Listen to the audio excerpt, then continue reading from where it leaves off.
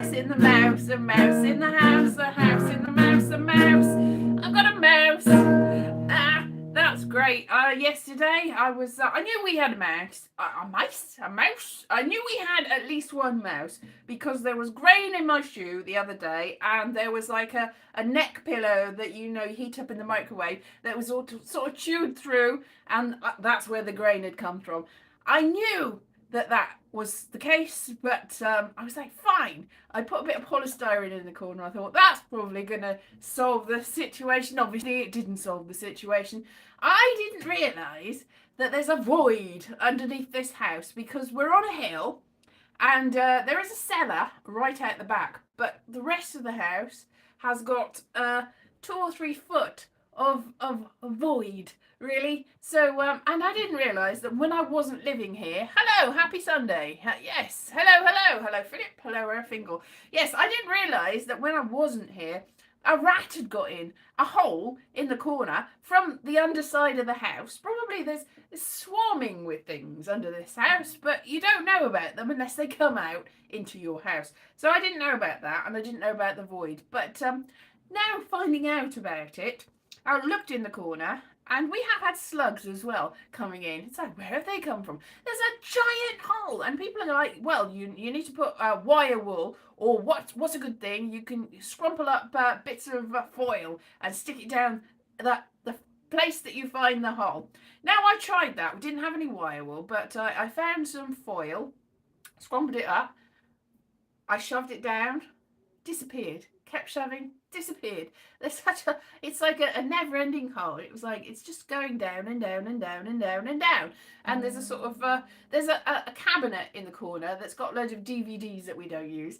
So it's behind a chair. So, because we don't use the DVDs, who does that anymore? And it's sort of wonky because the floorboards are giving way. So at any moment, it's probably, the whole room is going to disappear 2 foot down. Yeah, it's probably like John Wayne Gacy's underpass there. Ooh, not his underpass, his have you ever seen that? That's quite bad. Serial killers, why are you calling about? Why are you talking about serial killers? Well, I'll tell you why I'm talking about serial killers. My mother said, you remember that place that you lived that had a serial killer? And I said, yes. And I said, are you talking about Dennis Nielsen? And she said, no. And then I said, oh, not that place, no. You're talking about Fred West. He also lived somewhere that I have lived before I lived there. And it was quite creepy, and that's quite bad, isn't it? Yes. She also apparently met Fred West many years ago. She swears that he came to a dance in the local area and asked her to dance, and she said, no, thank you, which is probably, on reflection, a good response. Didn't know it was Fred West. She just said he was a bit creepy and he had weird blue eyes. It's like, that's probably Fred West. Anyway, they found more things. So that's bad, really. But when I was in Ross-on-Wye, which is very near Muchmarcle, where a lot of the stuff was found, where he lived at one point, I got lost on the way to a lodging house that I was going to live in, and I sort of crashed my car into it because there's very, very narrow roads, and I wasn't a very good driver. I'm still not, because I haven't driven practically ever since. Anyway, I drove my car into a ditch, and the exhaust pipe fell off, and I was like, nah, and I very slowly made my way into a farmhouse, and there was nobody there.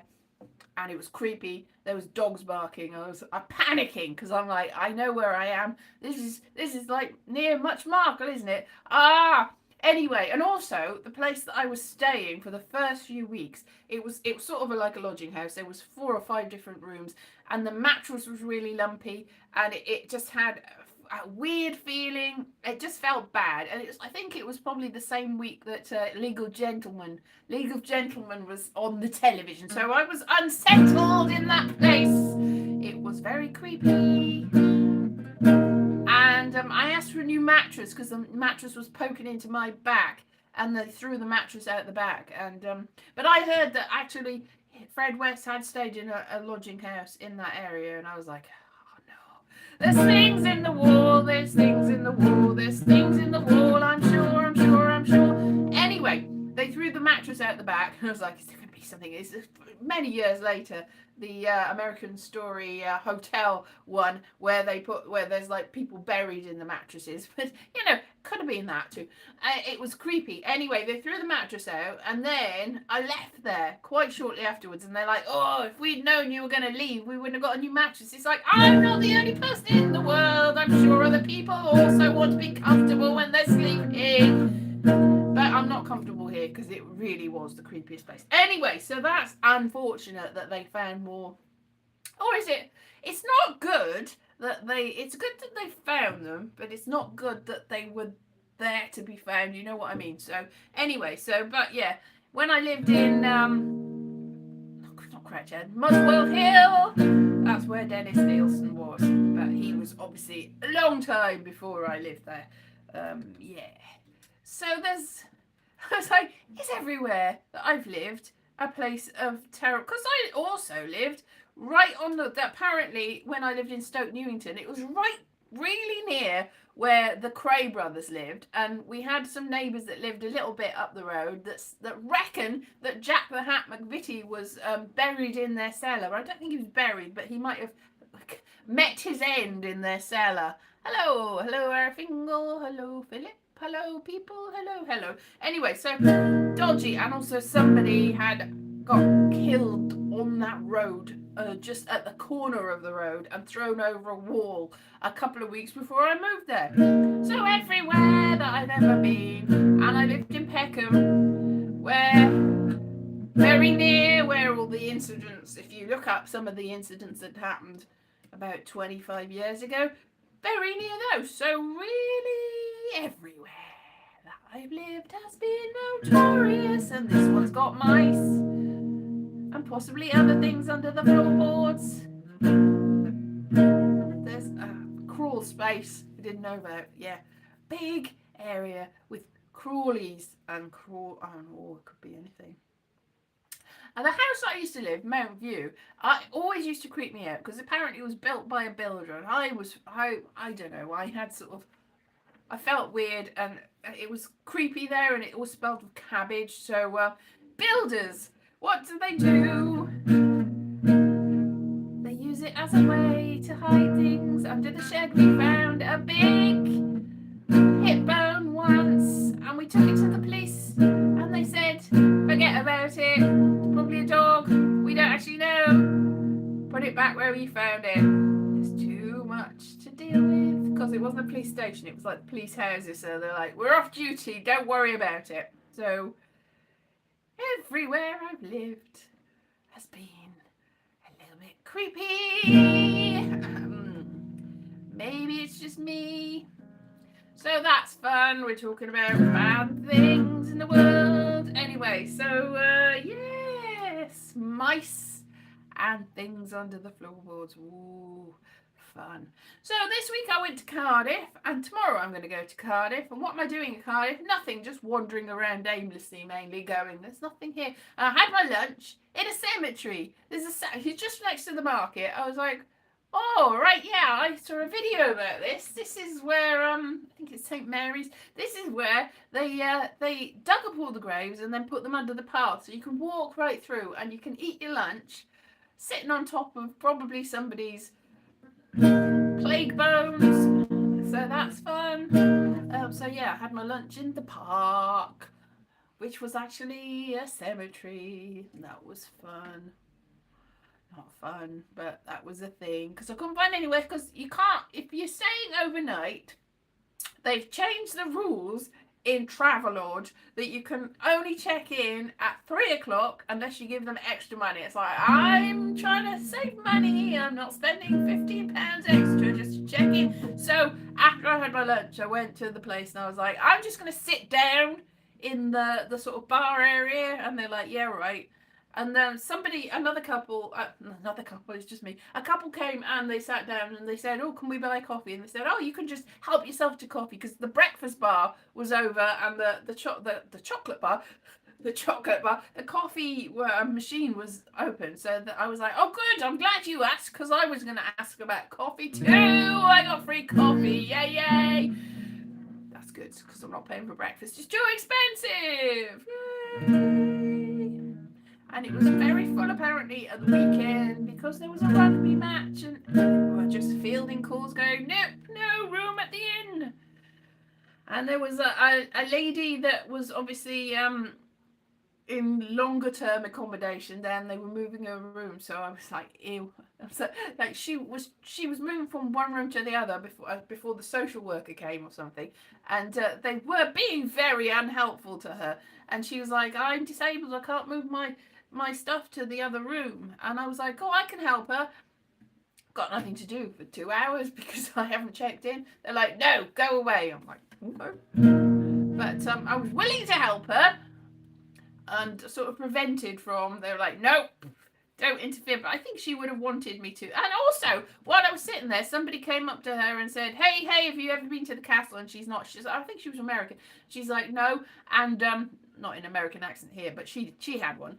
And she said, oh, no. And they said, oh, well, here's a ticket to go and see the castle for free. But she didn't go anywhere. So I was like, if I'd have been sitting there, because she didn't want to go and see the castle. She had other things on her mind. But I was like, I had an hour spare. I could have gone and seen the castle.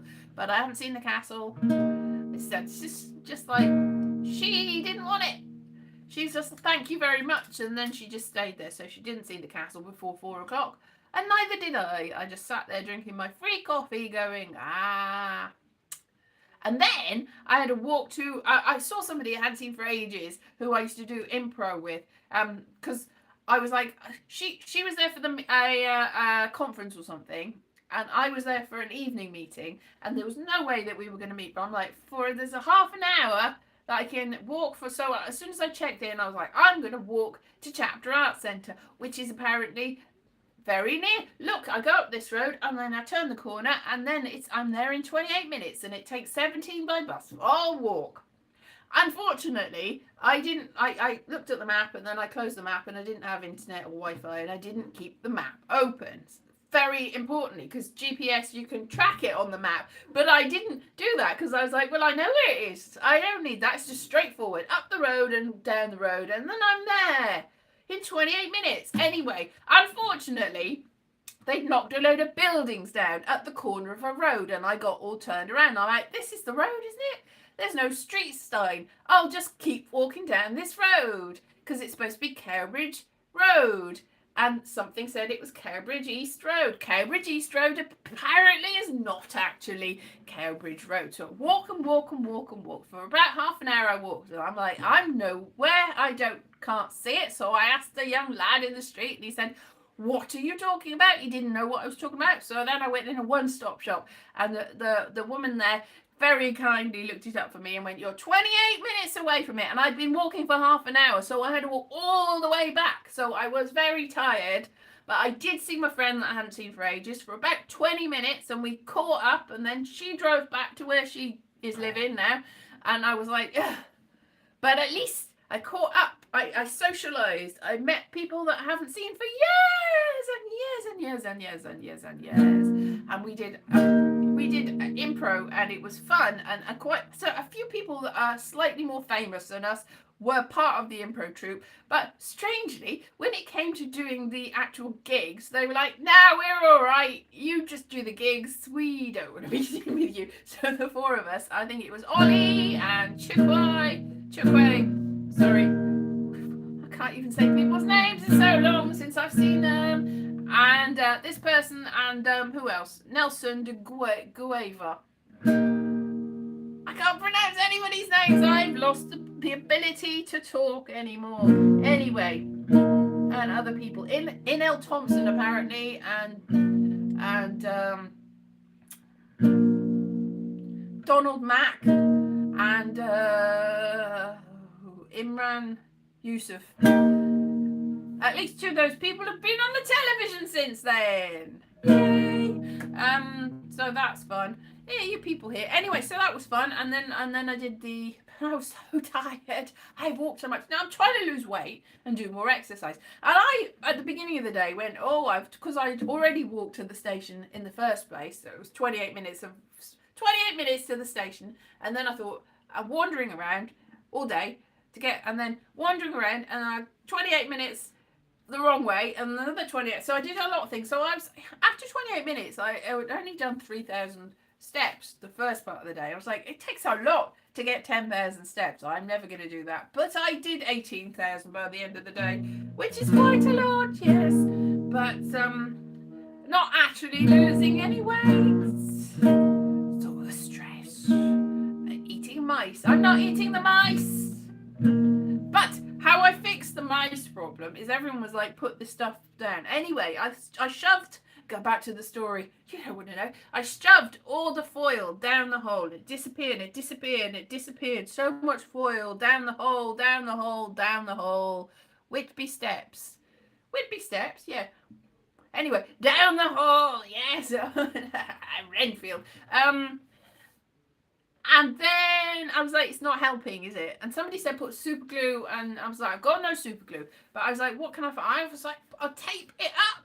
At least it'll be for, you know, it's not really great, but, you know, I managed to get a little bit of foil. There was obviously a great chasm underneath, but I managed to shove enough on the tip of the hole so that it would stay there, sort of precariously. So I didn't have any tape, but I looked upstairs to find the tape, and then I found a big bit of wood that was part of a picture frame that had nails in it, and I was like, oh, if I stick that in the chasm and then tape it up, then that might do. And so I brought it downstairs, and it fitted exactly right. It fitted in. So I got spiky nails on the one side, and then I did find some tape. It was double-sided tape, but I didn't take the back side off. And then I taped it all up, and hopefully that'll be good for at least a day, and then probably we'll be infested with mice. Coarse steel wool. Yes, coarse steel wool. Of course it does. I know. We didn't have any. But I should get some. I should get some steel wool, but then I have to move the thing that I just spent ages putting on the wall. Yeah, get a load of steel wool and stick it down. Now, steel wool, yeah, coarse steel wool, but I found that Brillo pads, which are like soap pads for scouring, that are technically steel wool, that doesn't work, because I'd stuck them in the kitchen when something had gnawed through a box, and definitely was in the kitchen. And I put some Brillo pads in the hole then, and when I went back, they'd sort of been moved, I think either chewed or taken away as a bed. It's like, well, they're comfy. They're a little bit spiky, but we'll still have them. And they must have tasted of lovely soap that I think mice actually like eating soap. So, because it's sort of fatty and, I don't know, detergenty. Yay, they like cilantro, coriander or cilantro, very much like me. I've got one of the genes that makes it soapy, but not the other one, so I like the taste. I like the soapy taste. I must be a mouse. Organic aggressive cat. Yes, now it's a gigantic, not organic cats. Now, that's what somebody said. Now, we do have a cat, and it's sort of detracted, it's persuaded things to not come near us for a while because it stays in the back. But it's not our cat. We feed the cat poos all over the garden, which probably does keep the rats away, but it also keeps the people away because you can't go in the garden anymore. Anyway, the cat that's not ours sleeps outside, doesn't really come in very far, but has been sniffing around lately, which makes me think that, yes, she could smell the mice, because she at one point wandered all the way to the front room and sort of looked around and then went back again. But she doesn't like to stay inside. I've tried, when I shut the door, she's like, so she doesn't like that. So she cannot be persuaded to go to the front. And also the front is right next to a main road. So I don't want to put a cat in harm's way by putting it right at the, you know, I mean, if it stays inside, but it might escape through the hole. Because what it is outside, there's like a grate that's I didn't realize was there. It's like a drain, and there's like a little hole in the wall that had a sort of steel sort of piece of mesh, a really hard piece of mesh, and I sort of come away from the wall, so it might have come in through there.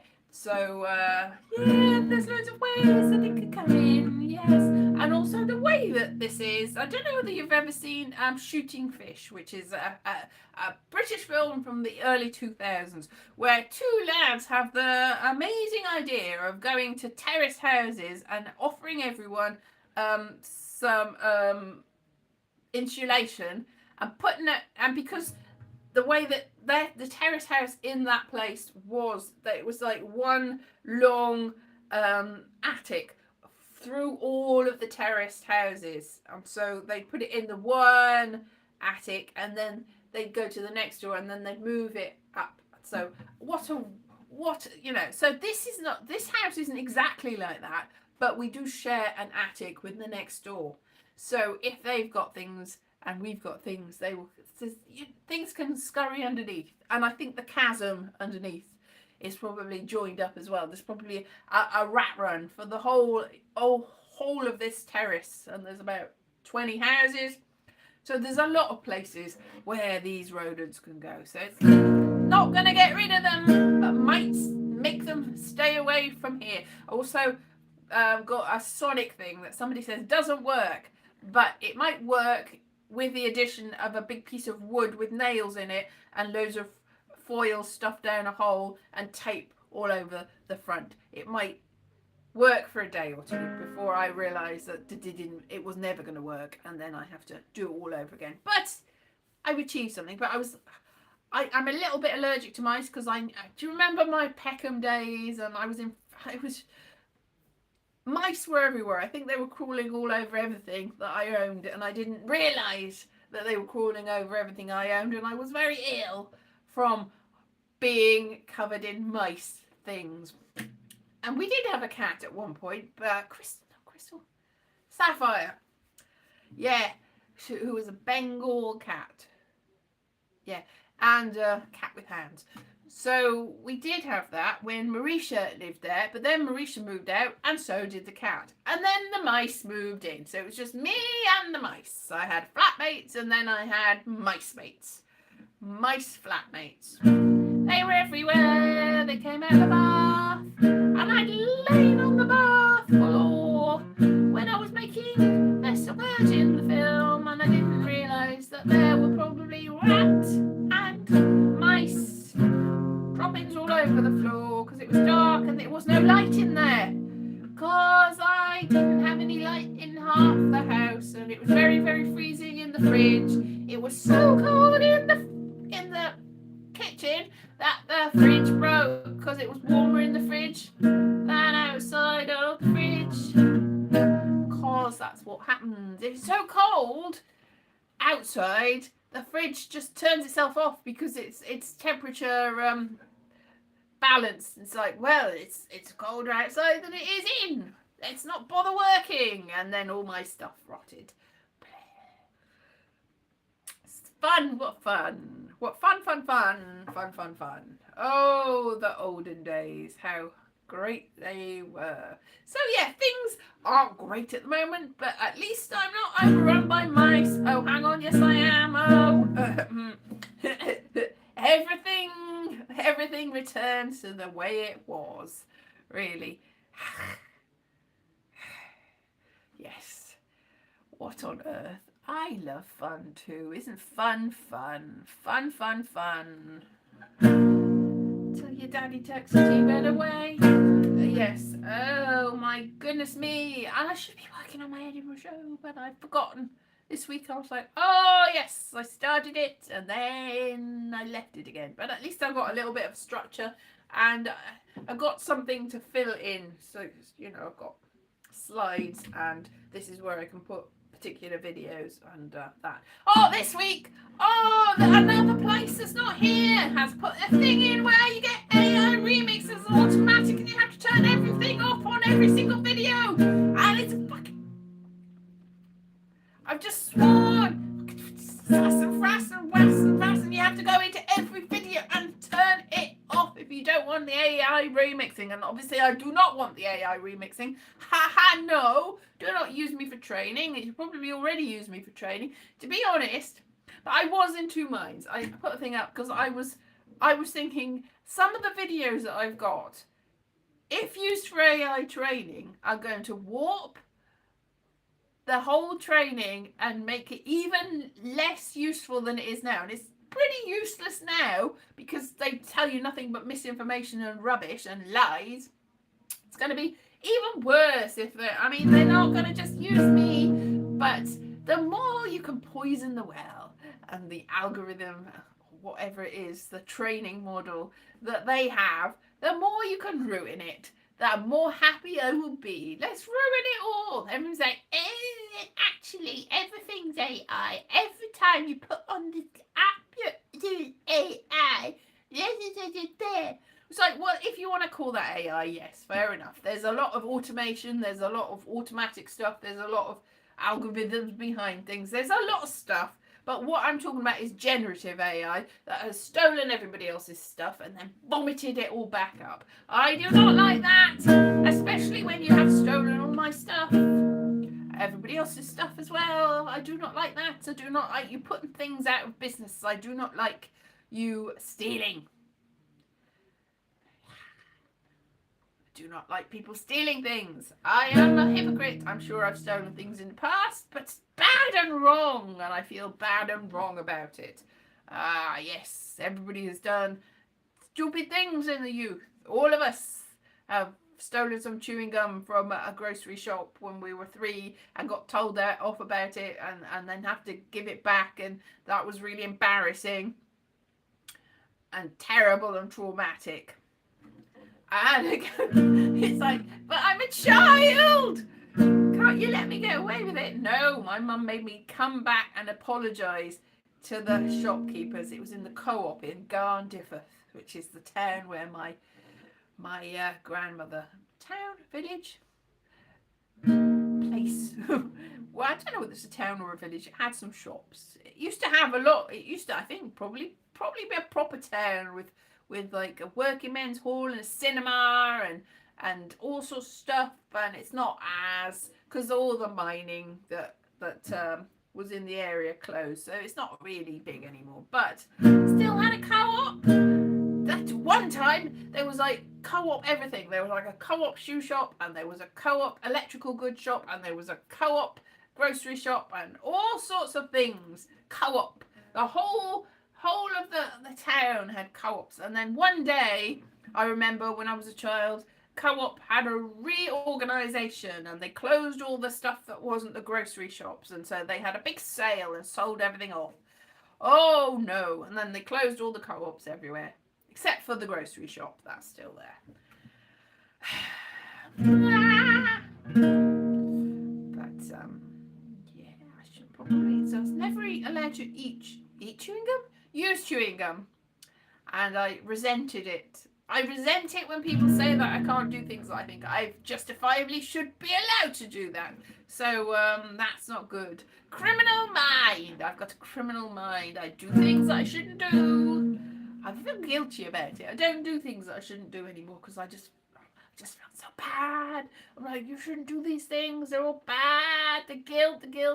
But I'm sure we have all done silly things in the past that we regret deeply. I know I have. Maybe you haven't. Maybe you're a perfect specimen of perfection. You're an angel sent from above. But most of us have done unfortunate, silly things, especially when we were children. So that is bad. Criminal. I've done criminal things for a while, but they were all thefty when I was a tiny child. Just like, for instance, I was like, I deserve that. I mean, there was used to, do you remember, it's just the confessions are coming out. Do you remember there's like little candy things like, there's like candy lipsticks, right? And you get like a swizzle stick, like a candy lipstick, and everyone was collecting them. And I didn't get one of those. My mum never got me one of those, but I really wanted one. So somebody had eaten the candy, but kept the little plastic container that looked like a little lipstick thing. And I made up a story that my book had gone missing one day when I was 4, possibly 5. My book had gone, I might have been 5. or 6. Getting into the, well, you're a juvenile delinquent sort of section here. I was like, oh, I need to find to see whether my book's in anybody's. It's just suddenly appeared, whether it's gone in everybody's locker. So I got to look through everybody's locker, and I found a plastic empty container, and I took it, and I was like, I have got this thing, it's very precious, and nobody ever dobbed me in because it was an empty container and it wasn't really valuable, it wasn't worth stealing, but to me it was precious, because my school was a bit weird as well, because people used to collect when you break a pencil, the bit at the end of the pencil, they would collect those. And somebody collected pencil shavings, but there was a mania for collecting the ends of pencils. So people were collecting weird rubbish. But I remember one day there was 3 girls were sat on a little bank in the outside in the playground, and they demanded that everybody bring them a tribute of as many of the ends of pencils as they could. And so we all brought them the ends of pencils. And I thought, I've got quite a few. And I gave them some. And they said, it's not enough. Everybody that does not give us enough will be bald. And everyone else will see that you are bald. But you will not know you're bald. But everyone else will see you're bald. And I'm like, I don't want to be bald. I brought you some. Why is this? I want to be the king of the hill with all the pencil ends. I don't want to be the person that's been cursed because I didn't have enough pencil ends. So it warps you as a person, really, when you're like, no, I must collect all the pencil ends to be the king of the hill and not be cursed. And that's what billionaires are like. And that's really all it is. Billionaires, that's just their mentality there. But I've broken it out. I'm like, no, I will not play this silly game. I will not play this silly game. But I did nick somebody's empty sweet container. And they honestly, the only reason I think that I didn't get caught for that is they didn't really care. It was rubbish. If I'd got a sweet packet, an empty sweet packet, that's pretty much all it was, really. But it looked like something. It looked like a lipstick container, so it was precious to me. I also didn't get dinner money because I had sandwiches, but I was like, please give me dinner money, Mum. Please give it. I don't like school lunches at all, but please give me, it's like 20p or something, please give me my dinner money today. And she did, and I used it to buy sweets. So I was like, ha. And then she didn't, she just gave me sandwiches. I'm like, no, but I want dinner money. So one day I snuck into her purse, sorry Mum, and I took the dinner money. And she knows about this because I did buy sweets on the way home and she found out about it and I got punished. It was like, what have you done? No. I got a lucky bag. They were fun. It was 8p, I think, for a lucky bag. Maybe the dinner was only 8p. And things were cheap back in the olden days, back in the Victorian times when I was only 58. In Victorian times, I'm a vampire. Yeah, anyway. Bag of good fortune. Yes, a bag of good fortune. And I had, it was good. You had got little different sweets and maybe a little plastic toy in them. And they were brilliant. So I can't remember what I got, but it was brilliant. I was like, yay! I finally got a lucky bag because I wasn't allowed a lucky bag. I wasn't allowed sweets after school. But I was like, haha, instead of having school lunches, which are horrible, I will have sweets on the way back from school because at the age of 6 or possibly 7, anyway, quite young, even though the school, even back in the day, you were allowed to walk home from school. So I walked home on my own so I could get away with this because you had to walk up alongside a cemetery again, alongside a cemetery that had no pavement or anything. It was a side road really, but cars coming and going, so you have to either walk through the cemetery or on the road next to the cemetery, dangerous, and then past the little shops and up, and then there was a sweet shop on the end, which I think is a fish and chip shop now. I passed it recently, and but it was a sweet shop. and newsagent, and then up the hill, up a really steep hill. Got a lot of exercise, see? So I worked off all the sweets. So that's fine, but I shouldn't have done that because I need the money. Oh, I'm a criminal mastermind, except I kept being found out, so that probably wasn't very mastermindy of me. I never ever stole anything that didn't get found out, except for that lipstick sweet container. And nobody cared about that. That was the only reason. But every time I ever tried stealing anything, it would be found out and I would get punished. The punishment was almost immediate. To be honest, very bad. Every time I've ever done anything dishonest, I have been punished for it. So don't. Crime doesn't pay, folks, kids. No, do not do it. It's bad. It's a good job I'm not working in education anymore. My criminal past as a 4-year-old has caught up with me now. Oh no, the confessions. See, I've got a DBS, CRB it used to be, DBS check for criminal mastermindery, and they check to see whether you've got a criminal record, and I haven't because I was only 4 when I did all of this stuff.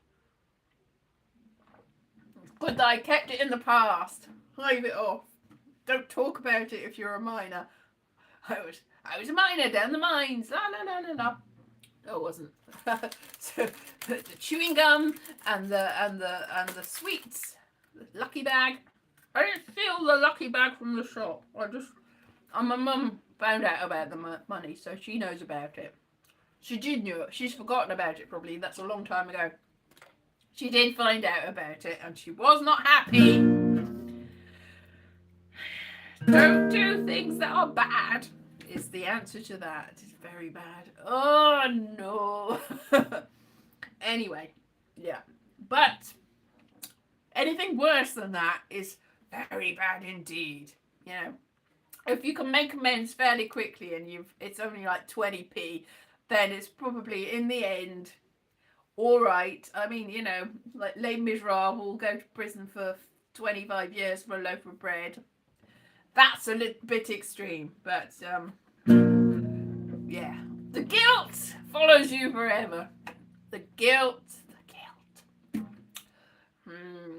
Yeah.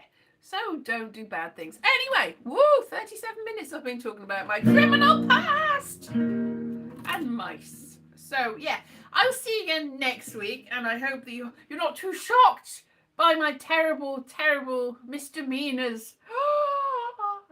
You are. You never see me the same again. Anyway, have a good week. Lots and lots of nice things. Yes.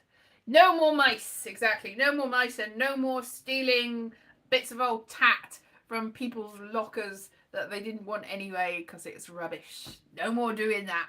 I've learned my lesson. Yes. Have a great week. Bye-bye.